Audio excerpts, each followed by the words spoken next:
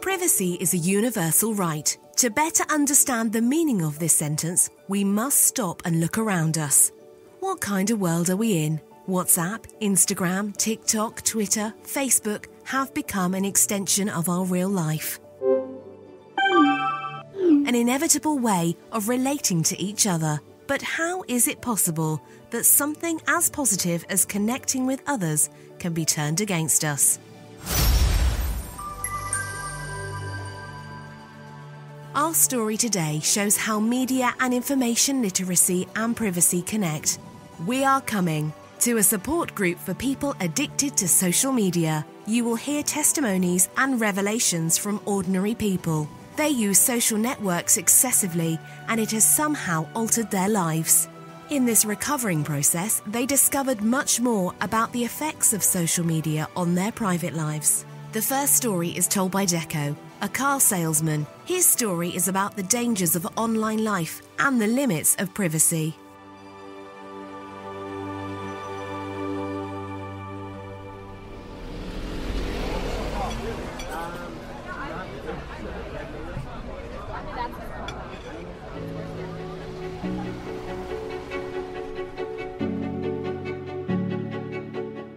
My name is Deco, and today I want to share with you something serious that happened to me, and that may have already happened to you too.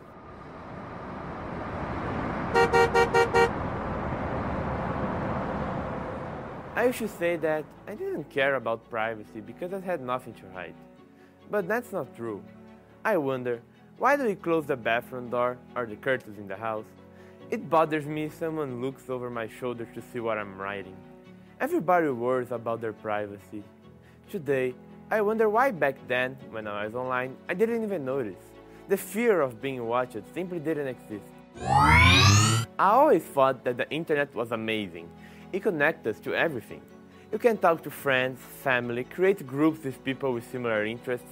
We send messages, share videos and photos on social networks. We repeat this so many times that we don't even think about what we are doing anymore. One of the wonders of this connection is the volume of information that accumulates continuously. Yes, because with every gesture we make, every movement in digital media, we generate data that is stored, all of which feeds an area of knowledge called big data. Maybe you have heard this name. It is a mechanism that analyzes all this gigantic volume of information collected and then used in decisions in the most diverse areas. With it, companies identify business opportunities. For example, this is possible with the information we produce about ourselves.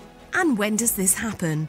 When we circulate it in the digital world and leave our digital fingerprint and reveal our preferences.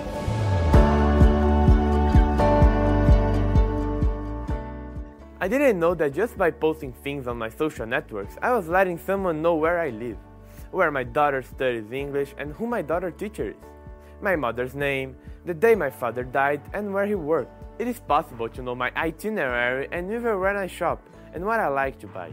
Being watched online is not science fiction, it's real. I think it was the desire for recognition, the need to give and receive likes. We lose count of everything we've shared and forget that each post feeds an infinite database about you. And I didn't know how valuable this data was. When we think about privacy in digital environments, we have many challenges, as it is not always easy to know the boundaries between public and private. The biggest challenge we face on the internet is knowing who has access to information about us and what uses they make of this information.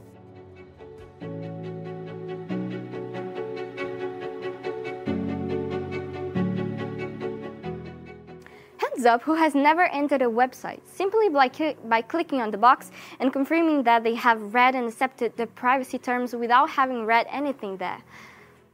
I did this out of pure convenience to have a quick access to what made me happy, and without realizing it, I was spending more and more time using my cell phone. Little did I know that what they knew about me was also being used to get me more and more addicted to that service. Before long, it became increasingly difficult to stay away from my cell phone. The notifications were becoming more seductive. How they figured out so quickly what I wanted and how it made me stay longer so they could offer more. I didn't even realize that. At the same time, I was depriving myself of everything that was new to me because I simply wasn't looking anything different anymore. We don't realize that we are more trapped each time in a bubble where diversity is always more absent. As a cab driver, I travel around the city a lot. The smartphone I carry tells exactly where I am. I pass in front of a store and immediately received a notification with offers. I was amazed, not understanding how this was possible. As a result, my exposure to consumerism grew, and as I had little money, I became depressed and frustrated with the anxiety of wanting to buy much and knowing I couldn't. As I needed the phone to work, in order to stop the notifications, I needed a solution. That's when my friend told me that there were some videos on the internet to learn how to configure my cell phone settings and applications. In a quick search, I found the solution: media and information literacy. That was the beginning of my digital literacy.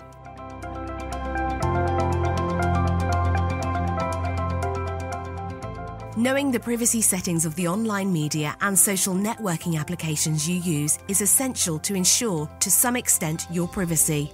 You should configure according to your preferences, the way you want to share your information, allowing only the people you want and trust to have access to your data. Media and information literacy is, among many things, a resource for defending one's privacy. Information literacy, as we also call it, helps us to understand more deeply the ways in which media and technology enable or limit our ability to live with freedom and individuality.